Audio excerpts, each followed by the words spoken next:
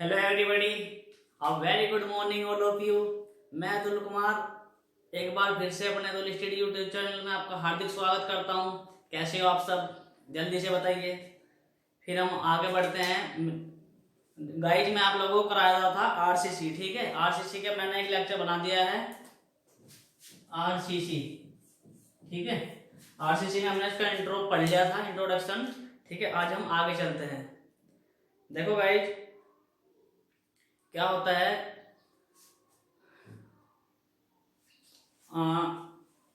देखो जो कंक्रीट होता है, मैंने कंक्रीट की स्ट्रेंथ के बारे में आपको बताया था, ठीक है। तो मैं आपसे पूछता हूं, जो कंक्रीट होता है, कंक्रीट का ब्लॉक,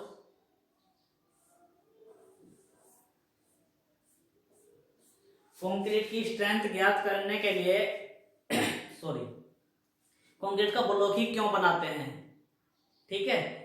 आई मीन सिलेंडर क्यों नहीं बनाते,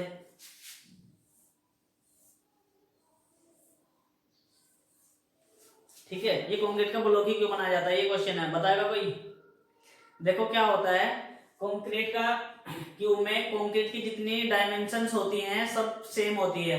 यदि ये 150 mm की है तो ये भी 150 mm होगी और ये भी 150 mm होगी, ठीक है। लेकिन सिलेंडर में क्या है, यदि आपकी ये रेडियस समथिंग कुछ भी है, 150 mm का डायमीटर है, तो इसकी जो लेंथ होगी वो एज कंपेयर टू डायमीटर काफी ज्यादा होगी, ठीक है। यानी कि इसकी लेंथ काफी हाई होगी। लेंथ हाई होगी तो क्या होगा, लेंथ हाई होगी तो आपका सिलेंडरनेस है सो मैक्सिमम होगा।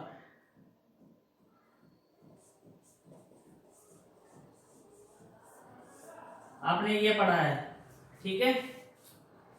लेंथ का रेडियस कम होगी तो तब भी मैक्सिमम होगा, अधिकतम होगा, और लेंथ अधिक होगी तो तब भी अधिकतम होगा, ठीक है। लैम्डा प्रोपोर्शनल एल के होता है, ठीक है। और जब लैम्डा यानी कि सिलेंडरनेस रेशो आपका अधिक होता है तो आपकी स्ट्रेंथ क्या हो जाएगी, कम हो जाएगी।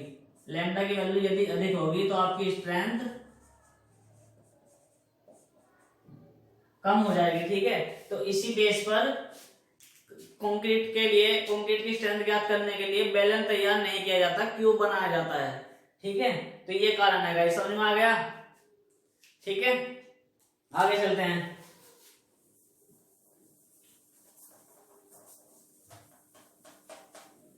आगे चलते हैं। देखो स्ट्रेंथ की अगर जो बात करें, हम बात करते हैं स्ट्रेंथ की। स्ट्रेंथ जनरली 4 टाइप की होती है। स्ट्रेंथ की अगर हम बात करें कितने टाइप की होती हैं, 4 टाइप्स, ठीक है।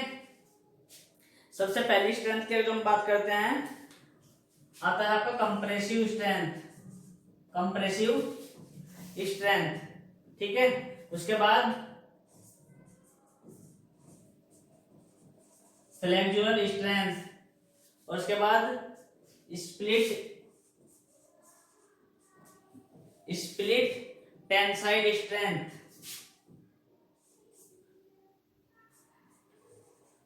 और लास्ट में आता है टेंसाइल स्ट्रेंथ। तो गाइस ये 4 तरीके की आपकी स्ट्रेंथ होती है, compressive strength, flexural strength, split tensile strength और टेंसाइल स्ट्रेंथ, ठीक है। तो ये कंप्रेसिव स्ट्रेंथ क्या होती है, जैसे कोई भी पदार्थ होता है, यदि उसके ऊपर इस तरीके से कंप्रेसिव लोड लगता है, ठीक है, कंप्रेसिव लोड के कारण उसमें जो स्ट्रेस डेवलप होती है उसे कंप्रेसिव स्ट्रेस बोलते हैं, ठीक है गाइस। बात आती है फ्लेक्सुरल स्ट्रेंथ। फ्लेक्सुरल स्ट्रेंथ क्या होती है, कोई बताएगा। हाँ, बेंडिंग के कारण जो स्ट्रेस होती है, बेंडिंग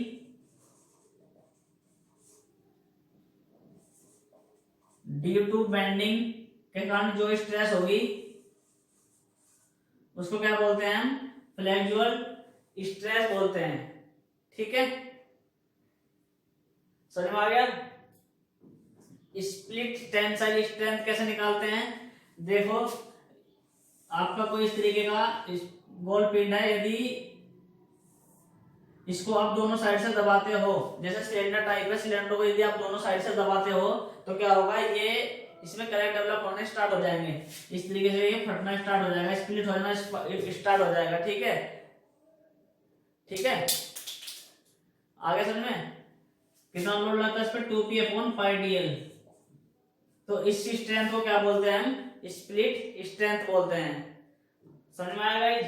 बात आती है टेंसाइल स्ट्रेंथ की। टेंसाइल स्ट्रेंथ क्या होती है, यदि कोई कंक्रीट का ब्लॉक है, कंक्रीट के ब्लॉक पर यदि मैं टेंसाइल फोर्स लगाता हूं, तब उस टेंसाइल फोर्स के कारण जो स्ट्रेस डेवलप होगी उसको क्या बोलते हैं, टेंसाइल स्ट्रेंथ बोलते हैं। ठीक है, समझ में आ गया गाइस। स्ट्रेंथ कितने तरीके की होती है, 4 तरह, कंप्रेसिव, फ्लेक्सुअल, स्प्लिट और टेंसाइल। कोई दिक्कत?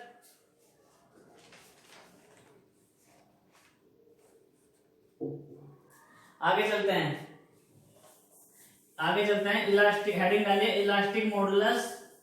Elastic modulus, elastic modulus generally आपने पढ़ा ही होगा।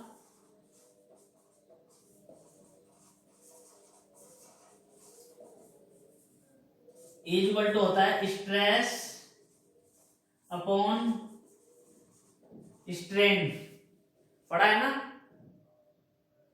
ठीक है, तो IS 456, IS इंडियन स्टैंडर्ड 456 2000 क्या कहता है, IS 456 2000 क्या कहता है, ये कहता है कि E की जो वैल्यू होती है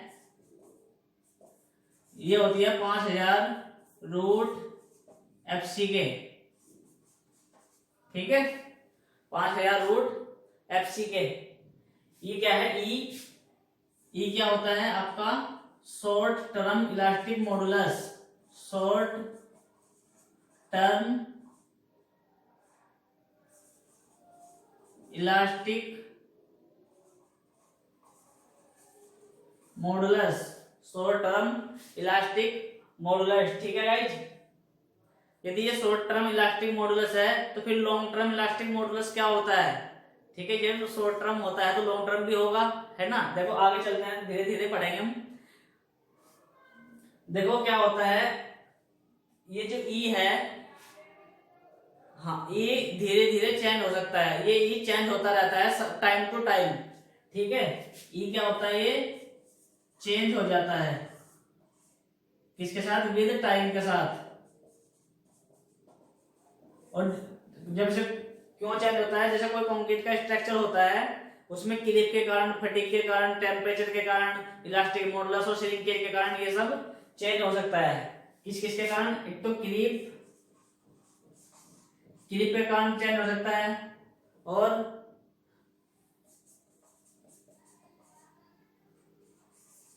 फटीग के कारण चेंज हो सकता है, और हो सकता है टेम्परेचर के कारण,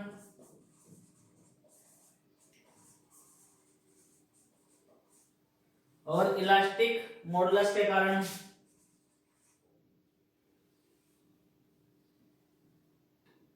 elastic modulus of shrinkage, elastic modulus of shrinkage के कारण। ठीक है, तो देखो गाइस, हम पढ़ते हैं क्लिप के कारण किस तरीके से होता है, फटीग के कारण कैसे, टेम्परेचर के कारण, इलास्टिक मॉडुलस के कारण कैसे ये चेंज होता है। देखो बात करते हैं श्रिंकेज की। सबसे पहले बात करते हैं elastic modulus of shrinkage. Shrinkage का मीनिंग क्या होता है, श्रिंकेज का मीनिंग होता है गाइस सिकुड़ना। ठीक है, जैसे आपकी कंक्रीट होती है, कंक्रीट जब आप पैलेसिंग कर देते हो तो कुछ टाइम बाद उसको छोड़ देते हो, तो जब उसमें टेम्परेचर के कारण जो उसमें जो हवाएं होती हैं उसकी निकलनी शुरू हो जाती हैं, गैसेज जो निकलनी शुरू हो जाती हैं, तो कंक्रीट क्या होती है, सिकुड़नी स्टार्ट हो जाती है। ठीक है, क्यों सिकुड़ती है, क्योंकि ये नमी एब्जॉर्ब करने लगती है। ठीक है, यदि आप क्योरिंग नहीं करोगे तो कंक्रीट सिकुड़नी स्टार्ट हो जाती है। ठीक है, तो कंक्रीट सिकुड़नी स्टार्ट हो जाएगी तो ये कहना कहीं इलास्टिक मॉडुलस को भी चेंज कर देगी। ठीक है,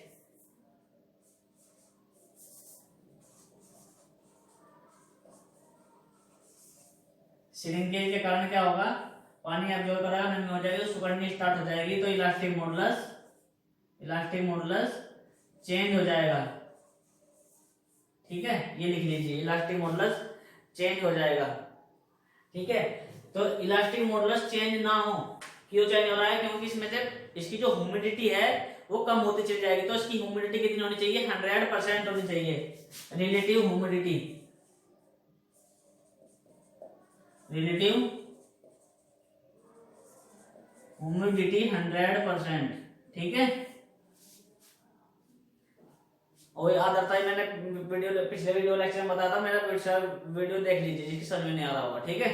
आगे चल जाए। Creep,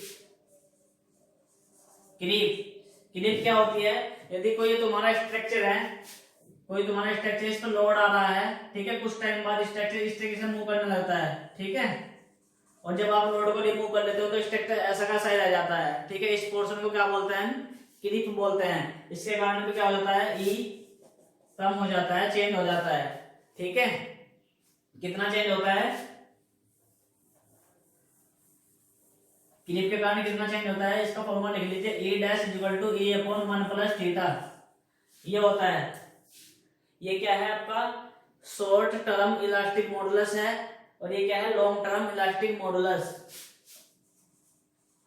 short terms elastic modulus, और ये है आपका लॉन्ग टर्म इलास्टिक मॉडुलस, ठीक है। समझ में आ गया? लॉन्ग टर्म इलास्टिक मॉडुलस और शॉर्ट टर्म इलास्टिक मॉडुलस क्या होता है? फिर ये थीटा क्या होता है? बात आती है थीटा की। तीसरा होता है आपका क्रीप कोफिशिएंट, क्रीप कोफिशिएंट, ठीक है। थीटा होता है आपका क्रीप कोफिशिएंट। समझ में आ रहा है? देखो, क्रीप कोफिशिएंट की वैल्यू यदि आपको इनकी फिक्स होती है, थीटा की वैल्यू यदि 2.2, 1.1 और 1.6,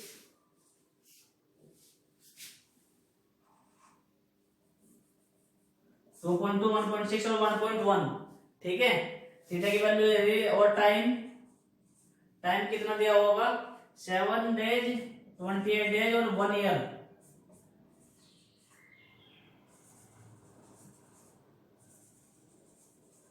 7 दिन के लिए क्रीप कोफिशिएंट कितना लिया जाता है? 2.2 लिया जाता है। 28 दिन के लिए कितना लिया? 1.6 और 1 ईयर के लिए 1.1 लिया जाता है, ठीक है। समझ में आया ये? देखो एक क्वेश्चन करते हैं इसके ऊपर, छोटा सा है, एक क्वेश्चन करते हैं, आपको समझ में आ जाएगा क्लियर। क्वेश्चन नंबर 1 आपको दिया हुआ है, आपको M20 ग्रेड के कंक्रीट दी हुई है, ठीक है। M20 कंक्रीट के M20 ग्रेड के कंक्रीट आपको गिवन है, और आपको दिया हुआ है क्रीप कोफिशिएंट थीटा की वैल्यू 1.5 दिया हुआ है, ठीक है। आपसे पूछा है इसका लॉन्ग टर्म इलास्टिक मॉडुलस बताइए कितना होगा? लॉन्ग टर्म इलास्टिक मॉडुलस, तो लॉन्ग टर्म इलास्टिक मॉडुलस का फॉर्मूला क्या होता है guys? E dash is equal to E upon 1 plus theta. ये ई क्या है? शॉर्ट टर्म इलास्टिक मॉडुलस, और शॉर्ट टर्म इलास्टिक मॉडुलस का फॉर्मूला भी अभी लिखवाया था, 5000 रूट एफ सी के अपॉन 1 प्लस थीटा। ये फॉर्मूला आ गया आपका। इसमें वैल्यू पुट करो। एफ सी के की वैल्यू कितनी है? एफ सी के क्या होता है? ये जो नंबर लिखा होता है ये एफ सी के होता है, 25 है, अपॉन 1 प्लस थीटा। थीटा की वैल्यू 1.5 है, ठीक है। तो कितना आ गया? 5000 मल्टीप्लाई इसका रूट कितना आता है? 5 अपॉन 2.5, 25 दूनी 50, 5 दूनी 10, 10,000 आ गया आपका आंसर, 10,000। समझ में आ गया गाइस? क्रीप कोफिशिएंट से फॉर्मूला मतलब न्यूमेरिकल कैसे किया जाता है क्रीप, इसका इंपॉर्टेंट, बहुत इंपॉर्टेंट फॉर्मूला है ये। अक्सर एग्जाम में इसके ऊपर क्वेश्चन पूछा ही जाता है कि लॉन्ग टर्म इलास्टिक मॉडुलस क्या है, शॉर्ट टर्म इलास्टिक मॉडुलस क्या है, जब कंक्रीट का ग्रेड इतना हो, ठीक है, या फिर क्रीप कोफिशिएंट इतना हो, ठीक है। समझ में आ गया? आगे चले। अच्छा एक मिनट, बात आती है क्रीप कोफिशिएंट के, क्रीप के कारण जो इलास्टिक मॉडुलस चेंज हो रहा था उसको कम कैसे किया जा सकता है? ऐसी क्या प्रावधान किया जा सकता है जिससे ये चेंज ही ना हो? तो देखो गाइस क्या करना है आपको, जो फिनिशिंग वर्क होता है आपका उसमें डिले करनी होगी। फिनिशिंग वर्क,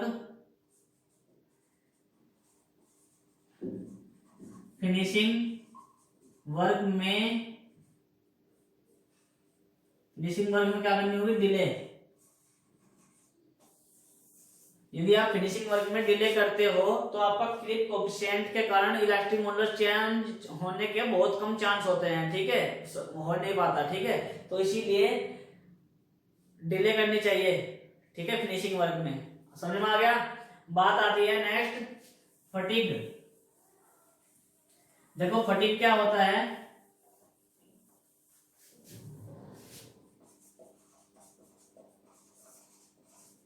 फटीग होता है क्या, यदि आपका कोई स्ट्रक्चर है और यदि इस पर लोड आ रहा है ऐसे, तो जब लोड आता है तो पहले तो उसमें कंप्रेसिव स्ट्रेस डेवलप होगी, फिर उसमें टेंशन, फिर कंप्रेशन, फिर टेंशन, फिर कंप्रेशन, फिर टेंशन, तो ऐसे चलता रहता है ये प्रोसेस, ठीक है। रिपीटेड नंबर ऑफ लोड, और साइकिल लोडिंग भी बोलते हैं इसको, साइकिल लोडिंग। कभी कभी तो एग्जाम में ये पूछ लेता है कि साइकिल लोडिंग किस स्ट्रेंथ में यूज की जाती है, कंप्रेसिव स्ट्रेंथ में, स्प्लिट सिस्टम में, फ्लेक्सुरल स्ट्रेंथ में, या फिर टेंसिल स्ट्रेंथ में, ठीक है। तो ये जो कौन से में है, फटीग में है, ठीक है। समझ में आ गया। हाँ, इसका एक ग्राफ है, इस तरीके का ग्राफ बना लीजिए।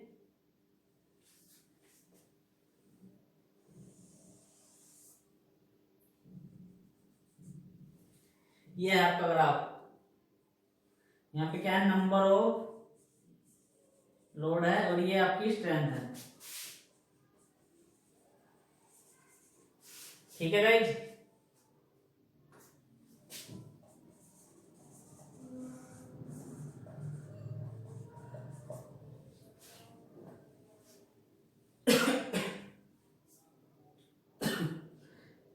आगे चले। नेक्स्ट आता है टेम्परेचर। टेम्परेचर के कारण इलास्टिक मॉडुलस कैसे चेंज होता है, टेम्परेचर के कारण इलास्टिक मॉडुलस कैसे चेंज होता है।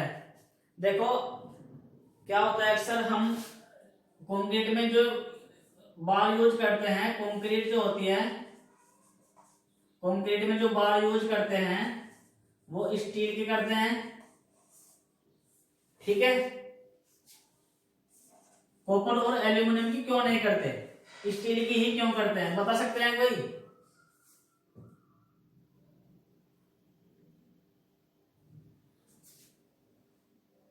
देखो क्या होता है, जो कॉपर होता है, एल्यूमिनियम होता है, इनका डिफरेंट टेम्परेचर होता है। ये जो छड़ होती है इनका क्या होता है, डिफरेंट टेम्परेचर होता है, ठीक है।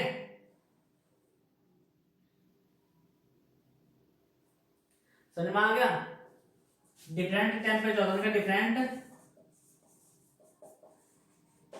टेम्परेचर होता है, एक सेम टेम्परेचर नहीं होता, ये चेंज होता रहता है इनका, ठीक है। इसलिए स्टील की यूज की जाती है, इनका सेम होता है, ठीक है। आगे समझे। देखो क्या होता है, माइल्ड स्टील होता है आपका, माइल्ड स्टील, माइल्ड स्टील को क्या बोलते हैं, और क्या बोलते हैं, Fe 250, Fe 250, ठीक है। एक होता है HYSD bar, HYSD bars, high yield strength, high yield strength of distribution bar, ठीक है, डिफॉर्म बार, ठीक है। इसके ग्रेड क्या होंगे, Fe 415 एंड Fe 500, ठीक है। इसको HYSD बार बोलते हैं।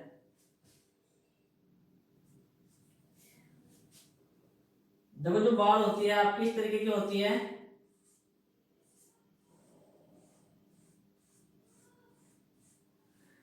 देखो ये ऐसे क्यों की जाती है, प्लान क्यों सरफेस में क्यों नहीं रखते, ठीक है। ये इसलिए की जाती है जिससे कि कंक्रीट के साथ अपना बॉन्ड अच्छा बना सके, ठीक है। और ऐसा करने से करीब 0.2% कार्बन, 0.2% कार्बन की कमी हो जाती है, ठीक है। इतना कम लगाना होता है, ये समझ में आया। आगे चले। नेक्स्ट आता है आपका TMT बार, TMT बार, ये भी एक तरीके की बार होती है, जैसे माइल्ड स्टील बार होती है और आपकी फिर HYSD बार होती है। नेक्स्ट आती है TMT बार, TMT बार, ये आपने पढ़ा नहीं होगा, ठीक है। टीएमटी बार होती है थर्मो मैकेनिकली ट्रीटेड।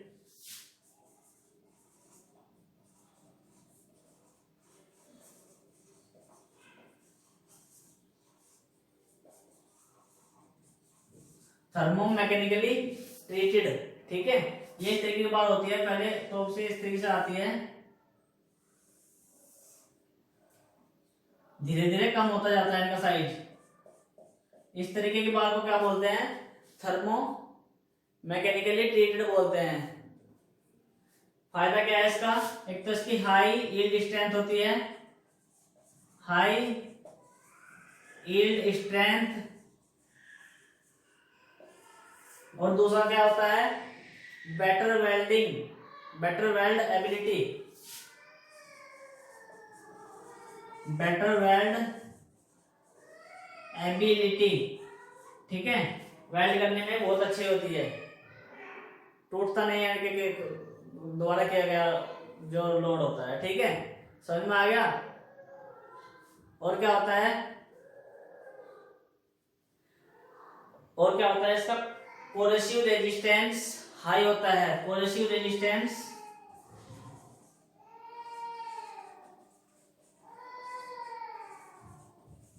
रेजिस्टेंस क्या होता है, वो हाई होता है, ठीक है।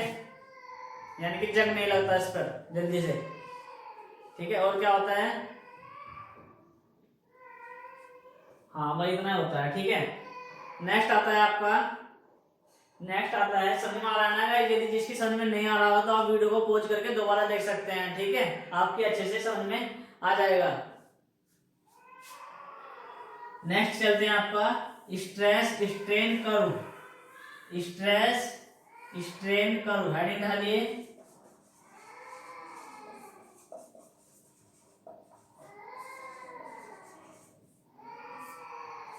स्ट्रेस स्ट्रेन कर्व, देखो क्या होता है गाइस, एक कर्व होता है आपका माइल्ड स्टील बार के लिए,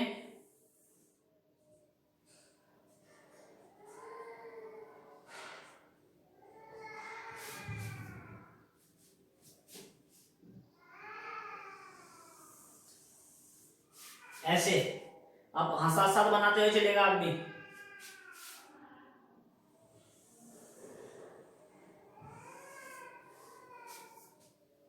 ठीक है।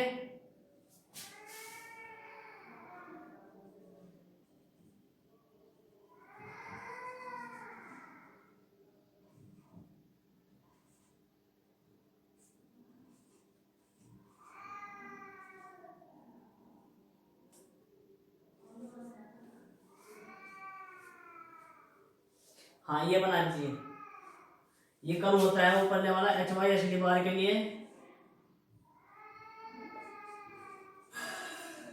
H Y S D bar के लिए होता है, और नीचे वाला होता है माइल्ड स्टील बार के लिए।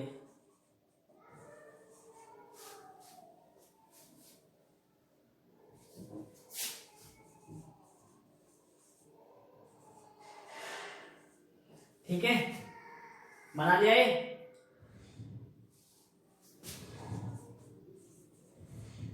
ये स्ट्रेन होती है और ये स्ट्रेस होता है।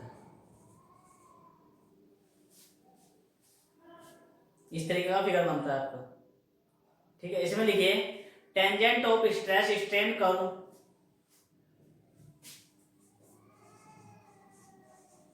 Tangent of stress strain curve. हाँ जैसे मैं लिखवाता जा रहा हूं ऐसे लिखते हुए चलेगा, tangent of stress strain curve elastic modulus curve is elastic modulus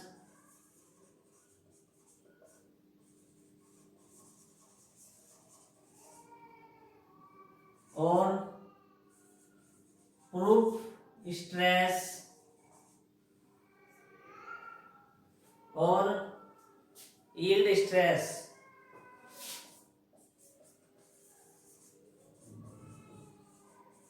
ठीक है, जो टेंजेंट स्ट्रेस स्ट्रेन कर्व है इसका जो टेंजेंट होता है ये, ठीक है, ये क्या होता है आपका प्रूफ स्ट्रेस और यील्ड स्ट्रेस होता है। ठीक है, ये जो लाइन की देखो खींची हुई है, यहाँ पे क्या कर रहा है, दोनों को कट कर रही है। ठीक है, ये माइल्ड स्टील बार को भी और HYSD बार को भी ये लाइन कट कर रही है। ये लाइन कट कहाँ से होती है, जो उसमें स्ट्रेन माना जाता है स्टील बार में 0.002 mm तक से स्टार्ट होता है। ठीक है, यानी 0.2% से इसका ये स्टार्ट होता है। ठीक है, आपने पढ़ा भी होगा, ये लिमिट स्टेट में पढ़ोगे आप। ठीक है, ये फिगर बना लीजिए और ये लिख लीजिए थोड़ी थोड़ी सी। ठीक है, बना लिया।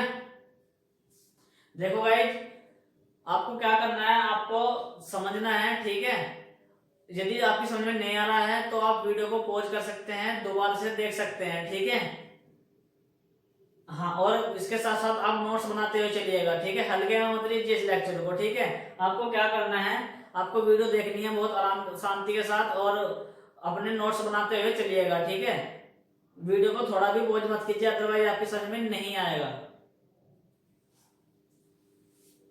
हाँ, नोट्स बनाते हुए चलिएगा आप।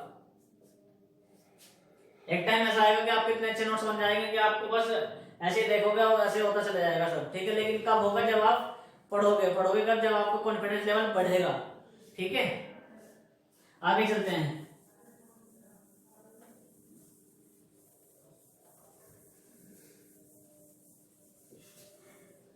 आगे चलते हैं, types of loading.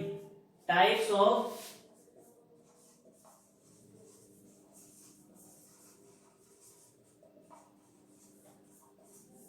Loading. Load कितने तरीके के होते हैं, लोड जो बिल्डिंग होती है आपकी, बिल्डिंग में लोड कितने तरीके के यूज किए जाते हैं। हाँ, डेड लोड,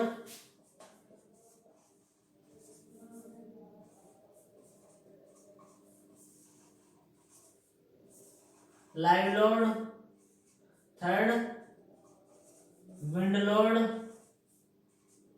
और कौन कौन से होते हैं। हाँ, लाइव लोड हो गया, डेड लोड हो गया, विंड लोड हो गया, और स्नो लोड होता है, और अर्थक्वेक लोड।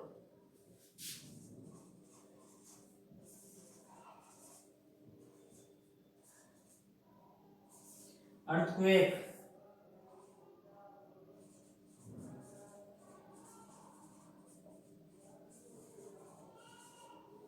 ठीक है, ये होता है आपका। समझ में आ गया। हाँ, बात आती है डेड लोड। डेड लोड क्या होता है, डेड लोड जो स्ट्रक्चर होता है उसका सेल्फ वेट होता है। सेल्फ वेट के कारण जो लोड आता है उसको क्या बोलते हैं, हम डेड लोड बोलते हैं। ठीक है गाइस, और लाइव लोड क्या होता है आपका, लाइव लोड होता है जैसे कि जो फर्नीचर हो आपका, मूवमेंट्स जो चलते हुए है ना, जो फिक्स नहीं होता लोड, उसको लाइव लोड बोलते हैं।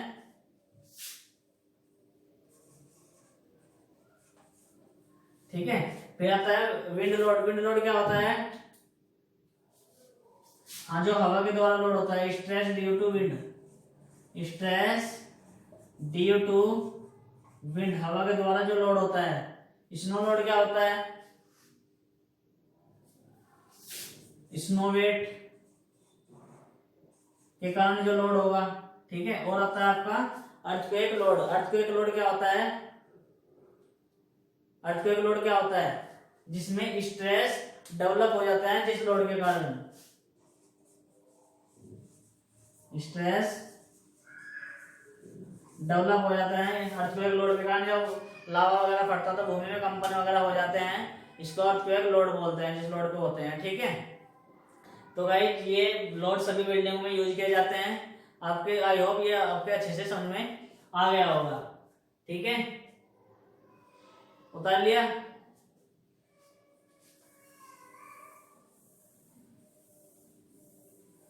आगे चलते हैं। देखो आगे क्या होगा, आप लिखिए steel and concrete. Steel and concrete. देखो गाइस, मैं आपसे एक सवाल पूछता हूं, जो कंक्रीट होती है, कंक्रीट में स्टील की बार ही क्यों प्रोवाइड करते हैं? ठीक है, कंक्रीट में स्टील की बार ही क्यों प्रोवाइड करते हैं, उसमें कोई लकड़ी क्यों यूज नहीं करते, है ना? और आप तांबा क्यों यूज नहीं करते, मतलब स्टील को छोड़कर और दूसरी कोई बार यूज क्यों नहीं करते, स्टील ही क्यों करते हैं, बता सकते हो आप?